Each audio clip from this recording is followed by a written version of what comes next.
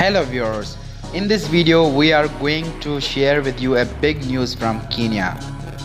Kenyan long distance runner Agnes Tirop, a two-time bronze medalist at the World Championships, was found dead in her home, the country's Athletics Association said.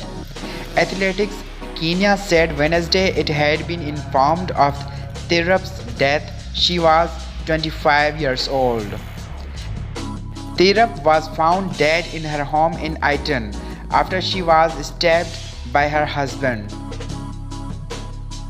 Kenya has lost a jewel that, thanks to its eye-catching performance on the track, was one of the fastest rising athletics giants on the international stage.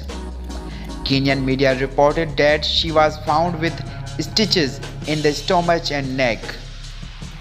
Elgeyo, Marakwet County Police Chief Tom Makori said they were looking for Tirop's husband after his family reported that he called them crying and asked for forgiveness for something he did.